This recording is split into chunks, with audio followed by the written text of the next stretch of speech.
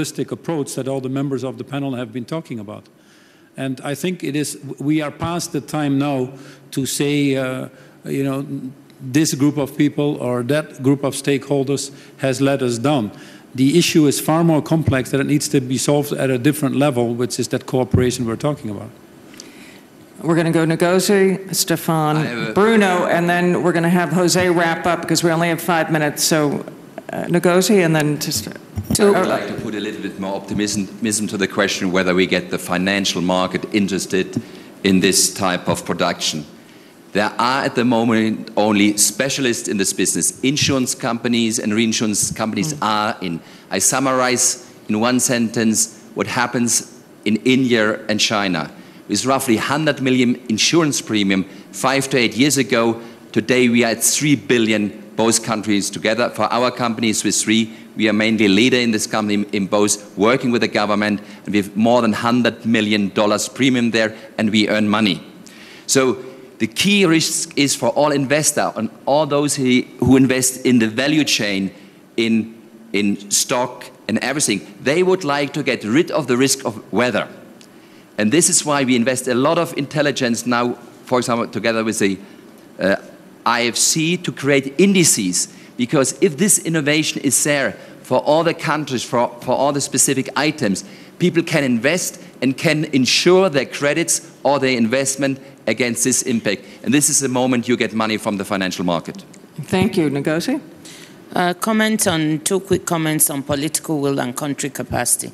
I think the food price crisis of 2008 was a watershed moment that woke many countries up and has contributed tremendously to political will at the country level to try and take care of this situation because of the issue of price volatility. So you take my country, for example, we import $6 to $7 billion worth of food that we can produce. It's rice, it's wheat for which we can substitute cassava, it's sugar and fish. These are all products we can produce. This thing woke us up to say, look, not only can we feed ourselves, but we can feed neighboring countries also depend on us, like the Sahel, Niger, Mali, where there's some issues now. So that plus a capable leader. I mean, Bill talked about our new agriculture minister, who is tremendously exciting, has put forward a very specific plan of crop by crop, by which we can not only substitute the 6 to 7 billion, but we can export $10 billion a year, gaining back our position that we had in 1961. So a capable leader, and then, infusing the whole system with this will and this excitement that they have in Brazil, that we can do it, and then bringing the partnerships together with the private sector, the foundations.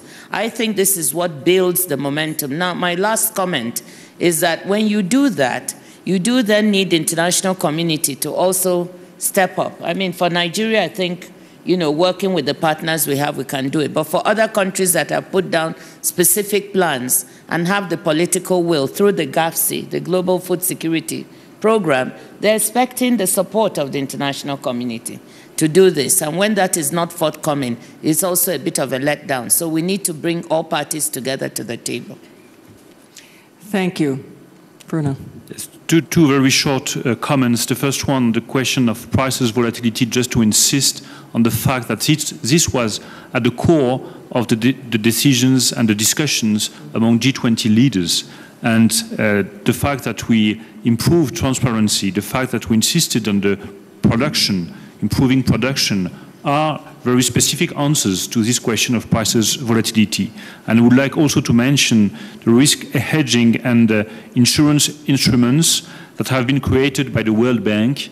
And I would like to commend Bob Zoellick for the tremendous job he has made to put these new instruments on the table, which are very specific answers to this question of prices volatility, because I share your view. This is a key point for the farmers all over the world. Second remark on the question of political will.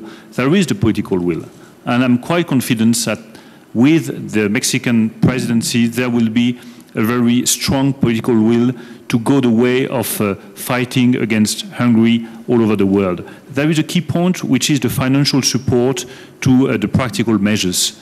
And we have to keep in mind that developed countries are facing a huge debt crisis. which means that we have to invent new financial tools, new financial support. And the fact that Paul and Bill are attending this roundtable shows that we are able to find new financial tools to support those practical measures. Thank you. Jose, bring it all home, not to put too much pressure on you. Well, I will address only the last point, because I found very important is how to afford the poorest people to buy the food they need. I will start with the 75% of the poorest, or the poorest, nowadays live in rural areas. Let's say 3 out of 4, those people that are nourished or hunger, already living in rural areas, and most of them are farmers, very small farmers, subsistence farmers.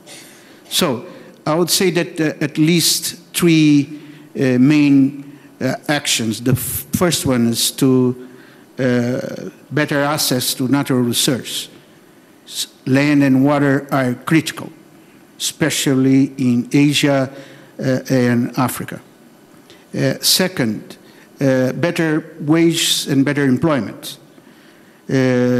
Most of the poor work as temporary workers in agriculture or other sectors. And the salary they receive is very low, especially when they are women. It's very, very low. Third, I would say that we need to bring the food price down. And the way to bring food price down, nowadays, even in speculation, it goes to the fact that production and demand are very tightened. So our stocks are very low. We need to improve production, but also we need to improve stocks. Stocks to deal with emergencies, but stocks also to give support to the prices, to not to be so vulnerable to a country ban or a draw in some area, etc. We need better stocks. And stocks regulation is something that we need a global institution to deal with. And it's part of what Bruno said about rapid response management. We need to deal with stocks. Thank you. I think we actually touched on every question. This will be my last panel at Davos. In my role as head of the World Food Program, my term ends in April, and I'll be joining the World Economic Forum as vice chair. But I just want to take a moment just to say a special thanks to Bill Gates and the Howard Buffett Foundation that's represented here for the support for Purchasing for Progress.